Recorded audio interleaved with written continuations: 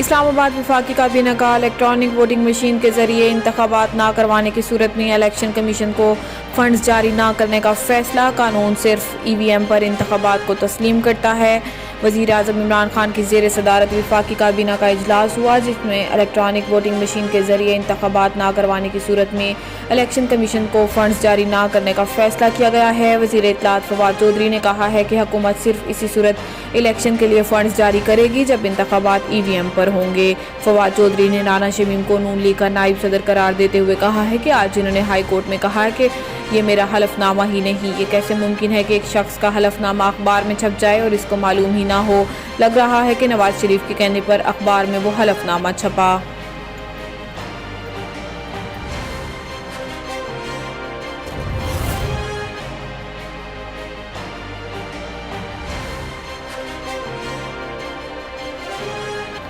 پاکستان نے چٹاگانگ ٹیسٹ میں بنگلہ دیش کو شکست دے دی ہے۔ پاکستان نے بنگلہ دیش کو 8 وکٹوں سے شکست دے کر چٹاگانگ ٹیسٹ میں فتح حاصل کر لی ہے۔ آج میچ کے آخری روز جب پاکستان نے اپنی اننگز شروع کی تو اس کی پہلی وکٹ 151 رنز پر گر گئی اور عبداللہ شفیق 73 رنز بنا کر مہدی حسن کی گیند پر LBW ہو گئے۔ پاکستان کی دوسری وکٹ 171 رنز پر گری اور عابد علی نروس 19 کا شکار ہو کر 91 رنز پر آؤٹ ہو گئے۔ عابد علی کو پلیئر آف دی میچ کا ایوارڈ دیا گیا۔ انہوں نے پہلی اننگز میں 133 اور دوسری میں 91 رنز بنائے۔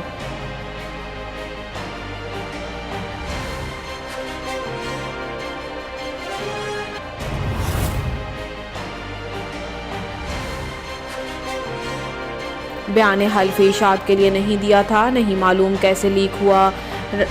رانا شمیم کا عدالت میں بیان۔ اسلام آباد سابق چیف جج گلگت بلتستان رانا شمیم نے اسلام آباد ہائی کورٹ میں بیان حلفی دیا ہے کہ ان کا بیان حلفی سربمہر تھا جو انہوں نے اشاعت کے لیے نہیں دیا تھا اور انہیں نہیں معلوم یہ کیسے لیک ہوا۔ اسلام آباد ہائی کورٹ میں چیف جسٹس اطہر من اللہ کی سربراہی میں سابق چیف جج رانا شمیم کے بیان حلفی پر توہین عدالت کیس کی سماعت جاری ہے، جس میں رانا شمیم عدالت کے روبرو پیش ہوئے۔ سماعت کے آغاز پر جسٹس اطہر من اللہ نے رانا شمیم کو روسٹرم پر بلا کر سوال کیا کہ آپ نے تحریری جواب داخل کیا ہے۔ اس پر رانا شمیم نے کہا کہ میرے وکیل بتائیں گے کہ جواب کیوں داخل نہیں ہو سکا، میرے بھائی کا چیلم ہے، اس کے بعد سماعت رکھ لیں۔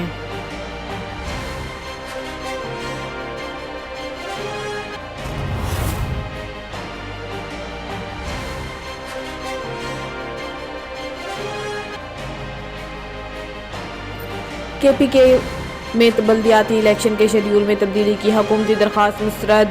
سپریم کورٹ نے خیبر پختونخوا میں بلدیاتی الیکشن کے شیڈول میں تبدیلی کی صوبائی حکومت کی درخواست مسترد کر دی ہے۔ سپریم کورٹ میں خیبر پختونخوا میں بلدیاتی انتخابات جماعتی بنیادوں پر کرانے کے خلاف درخواست پر سماعت ہوئی، جس سلسلے میں ایڈوکیٹ جنرل KPK سمیت دیگر حکام عدالت میں پیش ہوئے۔ عدالت نے کہا کہ خیبر پختونخوا میں بلدیاتی انتخابات جماعتی بنیادوں پر ہی ہوں گے۔ Election commission Peshawar high court کے فیصلے پر عمل درآمد کے لیے تمام اقدامات کر چکا ہے۔ بلدیاتی الیکشن شیڈول جاری کرنے میں پہلے ہی 2 سال کی تاخیر ہو چکی ہے۔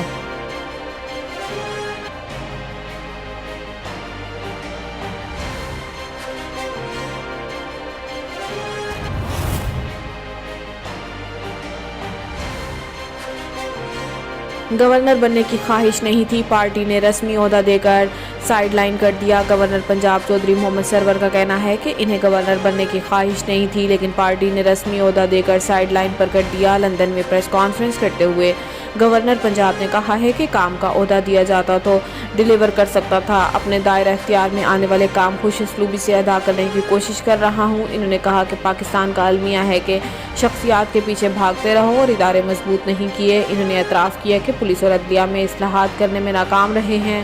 پولیس، عدلیہ اور پراسیکیوشن میں بڑے پیمانے پر اصلاحات کی ضرورت ہے۔